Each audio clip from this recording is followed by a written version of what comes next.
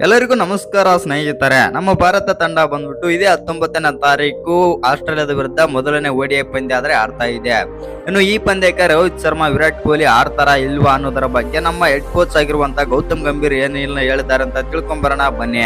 ಇನ್ನು ಗಂಭೀರ್ ಹೇಳಿದ್ದನ್ನ ಕೇಳಿದ್ರೆ ನೀವು ಕೂಡ ಶಾಕ್ ಆಗ್ತೀರಾ. ವಿರಾಟ್ ಕೊಹ್ಲಿ ಬಗ್ಗೆ ಕೂಡ ಮಾತಾಡಿದಾರೆ ಅಂತಾನೆ ಹೇಳ್ಬೋದು. ಅಷ್ಟಕ್ಕೂ ಏನೆಲ್ಲ ಮಾತನಾಡಿದಾರೆ ಅಂತ ತಿಳ್ಕೊಂಬರೋಣ ಬನ್ನಿ. ಅದಕ್ಕಿಂತ ಮುಂಚೆ ನೀವೇನಾದ್ರೂ ಚಾನಲ್ಗೆ ಸಬ್ಸ್ಕ್ರೈಬ್ ಮಾಡ್ಕೊಳ್ಳೋದು ಹಾಗೆ ನೋಡ್ತೀರಾ, ಸಬ್ಸ್ಕ್ರೈಬ್ ಮಾಡ್ಕೊಂಡು ಬೆಲ್ ಐಕನ್ ಅನ್ನ ಆಲ್ ಇಟ್ಕೊಳ್ಳಿ.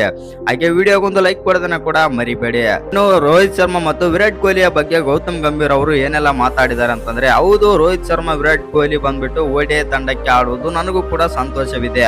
ಯಾಕಂದ್ರೆ ಅವರು ಫಿಟ್ನೆಸ್ ಕೂಡ ಮೇಂಟೈನ್ ಆದ್ರೆ ಮಾಡ್ತಾ ಇದ್ದಾರೆ ಮತ್ತು ರೋಹಿತ್ ಶರ್ಮಾ ಕೂಡ ಈ ಬಾರಿ ಫಿಟ್ ಆಗಿ ಬರ್ತಾ ಇದ್ದಾರೆ. ಆ ಕಾರಣದಿಂದಾಗಿ ಈ ಪಂದ್ಯದಲ್ಲಿ ನಾನು ಅವರಿಂದ ಒಳ್ಳೆ ಫಾರ್ಮ್ ಅಲ್ಲಿ ಬ್ಯಾಟಿಂಗ್ ಮಾಡ್ತಾರಂತ ನಾನು ಅನ್ಕೊಂಡಿದ್ದೇನೆ. ವಿರಾಟ್ ಕೊಹ್ಲಿ ಯಾವ ತರ ಆಡ್ತಾರಂತ ನನಗೆ ಗೊತ್ತಿಲ್ಲ ಮತ್ತು ಈ ಪಂದ್ಯದಲ್ಲಿ ಅವ್ರು ಏನಾದ್ರು ಸಕ್ಸಸ್ ಆದ್ರೆ ಮುಂದಿನ ಬರೋ ಪಂದ್ಯಗಳಲ್ಲೂ ಕೂಡ ಅವರನ್ನು ನಾವು ಎದುರು ನೋಡಬಹುದು. ಇಲ್ಲಾಂದ್ರೆ ಇದೇ ಮ್ಯಾಚ್ ಅಲ್ಲಿ ಮತ್ತು ಈ ಸೀರೀಸ್ ಇಂದಾನೆ ಅವರು ಡ್ರಾಪ್ ಆಗೋ ಚಾನ್ಸಸ್ ಕೂಡ ಇದೆ ಎಂದು ಗೌತಮ್ ಗಂಭೀರ್ ಅವರು ಶಾಕಿಂಗ್ ಹೇಳಿಕೆ ಆದ್ರೆ ಕೊಟ್ಟಿದ್ದಾರೆ.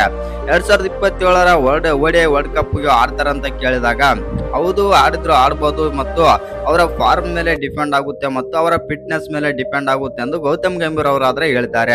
ಒಟ್ನಲ್ಲಿ ಹೇಳ್ಬೇಕಂತಂದ್ರೆ ರೋಹಿತ್ ಶರ್ಮಾ ಮತ್ತು ವಿರಾಟ್ ಕೊಹ್ಲಿ ಈ ಪಂದ್ಯದ ಮೇಲೆ ನಿರ್ಧಾರ ಆಗಲಿದೆ ಅಂತಂದು ಅಪ್ಡೇಟ್ ಆದ್ರೆ ಬರ್ತಾ ಇದೆ.